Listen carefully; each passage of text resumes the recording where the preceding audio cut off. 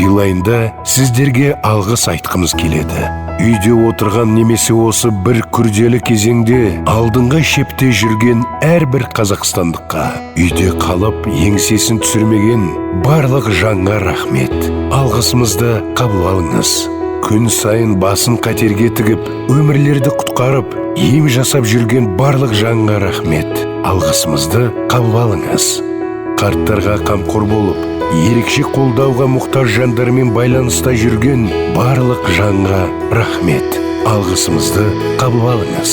Күн санап, үйіне қайтуды шыдамдылықпен күтіп жүрген барлық жанға рахмет. Алғысымызды қабыл алыңыз. Оқытып жатқан және оқып жатқан барлық жанға рахмет. Әлемге үздіксіз шуақ шашып жүрген жандар, алғысымызды қабыл алыңыз. Дауыл басылады. Осы жолды бірге өтіп, біз бұрынғыдан да күшті әрі мықты боламыз. Ең қиын шақта, жарқын жақта қалғанымызға рахмет.